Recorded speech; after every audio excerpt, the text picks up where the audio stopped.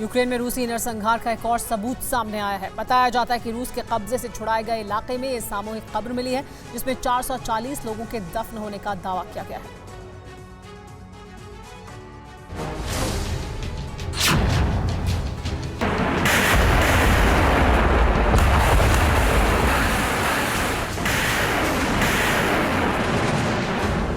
रूस और यूक्रेन के बीच चल रही विस्फोटक जंग ने पूरी दुनिया को दहला दिया है। अब एक ऐसी तस्वीर सामने आई है जो बताती है कि इस युद्ध ने कितने गहरे और कभी नहीं भरने वाले जख्म दिए हैं।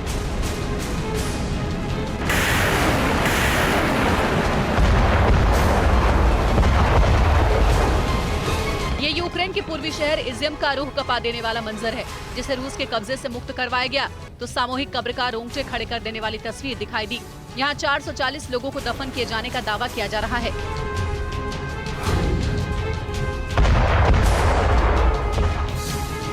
सूअर पालना बहुत ही ज्यादा लाभदायक है।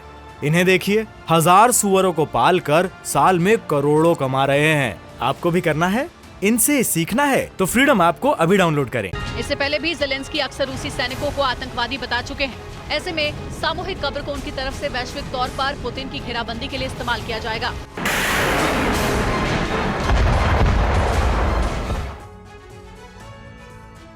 दो दिन की भीषण गोलाबारी के बाद अजरबैजान और आर्मीनिया के बीच सीज फायर लागू हो गया है।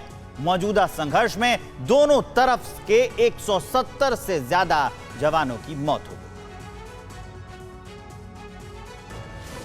आर्मेनिया अजरबैजान के बीच एक बार फिर बारूदी जंग छिड़ गई है।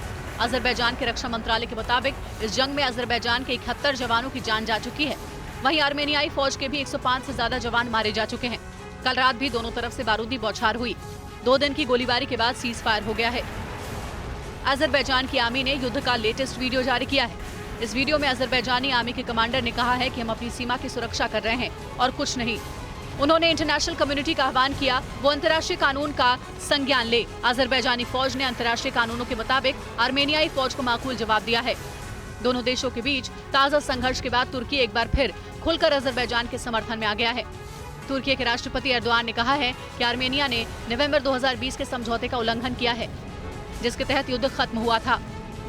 अजरबैजान ने आर्मेनिया पर उकसाने का आरोप लगाया है। कभी सोवियत संघ का हिस्सा रहे अजरबैजान और आर्मेनिया के बीच 1991 में तनाव शुरू हुआ, जब आर्मेनिया ने अजरबैजान के काराबाख पर कब्जा कर लिया। और वहीं रूस यूक्रेन युद्ध की बात की जाए तो अमेरिका यूक्रेन को लंबी दूरी वाली हाइमार्स मिसाइल देगा। रूस यूक्रेन जंग के बीच अमेरिका की इस घोषणा के बाद रूस ने पलटवार करते हुए कहा कि अगर ऐसा हुआ तो वो हदें पार करने से भी नहीं चूकेंगे। रूस और यूक्रेन के बीच चल रही जंग को 7 से ज्यादा महीने गुजर चुके हैं, लेकिन युद्ध की आग बुझने का नाम नहीं ले रही। उल्टा यूक्रेनी सेना के एक्शन से पुतिन की सेना को कदम पीछे खींचने पड़ रहे हैं। इससे रूसी राष्ट्रपति पहले से ज्यादा आक्रामक फैसले ले सकते हैं। इस बीच रूस ने सुपर पावर अमेरिका को सीधी चेतावनी दी है। रूस के विदेश मंत्रालय की तरफ से कहा गया है कि अगर अमेरिका यूक्रेन को लंबी दूरी वाली हिमार्स मिसाइल देगा तो लाल रेखा को पार करेगा। ऐसा करने से वो इस संघर्ष में एक पक्ष बन जाएगा, जिसके नतीजे अमेरिका को भुगतने पड़ेंगे। जाहिर है कि उज्बेकिस्तान में हो रही एससीओ समिट के बीच रूस की तरफ से दिया गया ये संदेश बेहद मायने रखता है। दरअसल यूक्रेन के कई देशों की तरफ से हथियारों के जरिए मदद का दावा किया जाता रहा है। इसी कड़ी में यूएस की ओर से हिमार्स मिसाइल दिए जाने से रूस बौखलाया हुआ नजर आ रहा है, क्योंकि बीते दिनों यूक्रेन में रूस के कब्जे वाले कई इलाकों पर यूक्रेनी झंडा लहराया गया। साफ है कि कई मोर्चों पर रूस को झटका लगा, तो इसके पीछे जंग के मोर्चे पर काम आने वाले यही हथियार अहम है। सूअर पालना बहुत ही ज्यादा लाभदायक है। इन्हें देखिए, 1000 सूअरों को पालकर साल में करोड़ों कमा रहे हैं। आपको भी करना है? इनसे सीखना है तो फ्रीडम ऐप को अभी डाउनलोड करें।